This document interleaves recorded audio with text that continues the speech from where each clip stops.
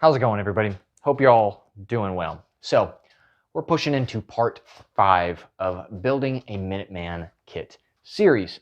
So this one is specifically third line gear, which I have here. Third line gear is referencing backpacks. So what do I put in them? What do I need? Why do I even need third line gear? That's kind of what we're going to be discussing in this video. I have two types kind of here. There's multiple different packs around me.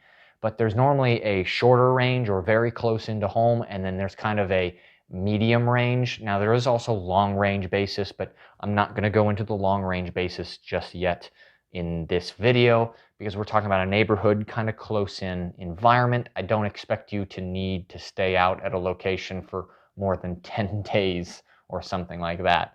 Not yet. We'll talk about that later in another video. But this is the kit that I go to in supporting myself. So we already talked about ammunition supporting, your weapon system. But once you have that established, you need to support yourself as the user and kind of what are the items that I need to have on me. So that's exactly what we're going to mainly discuss. So this particular pack, what I use is an Aries Armor Combat 12 pack, which I think it's the Combat 12 pack. I don't think they make it anymore, but another company has since picked them up and I think is producing this. Nice thing about it is you can have ammunition up in the front and then also a lot of room for other items. So as I kind of just grab all this stuff out, I'm going to be talking about number one priority is water, Canteen. So water-based stuff. I'm just going to be pulling stuff out, so don't mind what I'm actually having in my hands. We'll discuss it here in a second. But water is going to be that primary thing that you need to bring with you, regardless where you go. You can go 20 feet out from your house. I recommend if you're going to be in some kind of, opposition fight or defense, to bring some kind of water with you in maybe your LBE or load-bearing gear, your chest rig or plate carrier. I recommend having some kind of water on there. Normally there's two that I go with. Canteen basis works. We've used it for literally, if you really think about it, going back to leather and stuff for thousands of years, but really the modern Canteen's been around for a couple hundred. And even further back, people can argue about history all they want. But also another good thing, aside from the Canteen, is a water bladder. They both have their pros and cons. Water bladder, very nice to use, on the move or not really using your hands. It's just right here.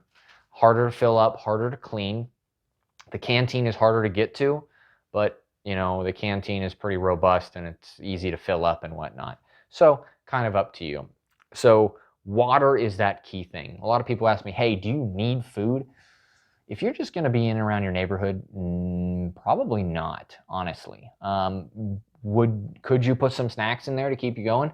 Yeah, absolutely. I do throw food in my kit though. I throw one specific MRE. Let me grab this other stuff out of here. We're going to talk about environmental stuff here in a second. But I do throw a single MRE in here.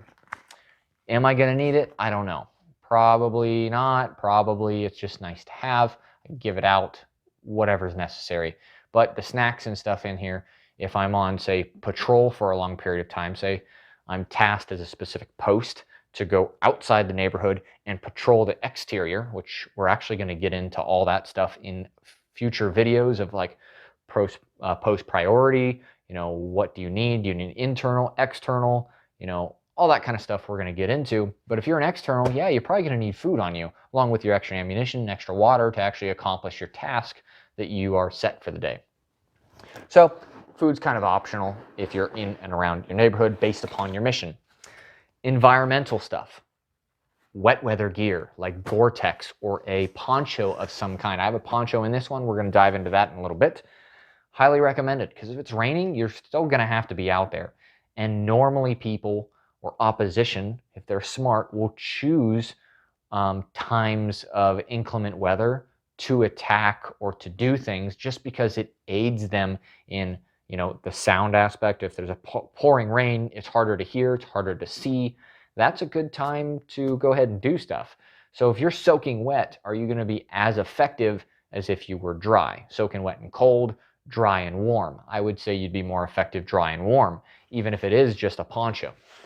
So there is that option that you can go with as well. Other items that I recommend you have is, you know, a schmog or something like this. You can use it to like cover yourself up if you're looking at maps and whatnot, so white light doesn't get out and other people can see it at night. White light discharge is pretty bad if you're doing a security post, because you can see white light from a very far distance away. Next, in the front, water procurement. Say you can't fill your canteen again, I just recommend having some kind of filter with you. Do you have running water still at your house? Maybe you do. Can you get back to your house? No, but there's a small stream right here that I could easily get water from, right? Then you can go with a small filter or something like that. Even you could boil. So for the longer range stuff, or not longer range, but if you're in a neighborhood that doesn't have very close together and very kind of rural environment, but you still consider it a neighborhood, having a small survival kit is nice because you might get separated from your group for some reason after, you know, engaging a threat, and say they push back and you get all separated and you can't come back to your home just yet. Maybe have enough just to stay the night at maybe someone else's place, or just alone out somewhere else. Just have a little bit of provisions, you know, to stay warm and stuff like that. Cold weather environment, I recommend having some kind of fleece or just an undergarment to keep you warm kind of stuffed in here as well. So that's kind of the smaller kit that I would just take these items and just kind of roll out of the house and do what I need to. I know I can cover my bases reasonably. So now for that mid-range, or say we're going to do that exterior patrol and you're going to be out for a longer period of time and you may not come back, it might be a 48 hour ordeal maybe. That's what this kind of kit is for. So let's progress into it, and I'll show you, you know, all the parameters and suggestions that we'll put in this kit. All right, so I got a larger backpack here. This is a Kelty Map 3500. So I get it, larger pack, but like I said, this one might be a 24-hour, 48-hour kind of ordeal if you're on an external patrol, which we'll get into later on in videos. But if you do, you might need to stay the night. So what kind of other items do I recommend that you have in here? So for more of overnight basis, I recommend gloves, because I'm in a cold weather environment. You may not need specifically gloves in situation. Same with a beanie. That's what I have to keep myself warm, because I know it's crazy cold outside. A simple knife, regardless if it's on you or, you know, you could run with a pocket knife, honestly. I just have a simple Mora knife. I mean, these are crazy lightweight. I think they're like 3 ounces or something like that. I have chem sticks or markers. I have a few others around in different locations for marking locations. Like if you see something or a home that you need to enter, or maybe something looks suspicious, or you're doing a link up with another patrol at night, daytime, whatever it is. We'll go over that kind of stuff too, like linking up procedures, night vision operations. 55-gallon drum liner. These are really nice too. Makeshift poncho, sleep on it. I mean, just for trash, whatever you want. It works really well. Multi-tool. I just have something very small if you need to work on something.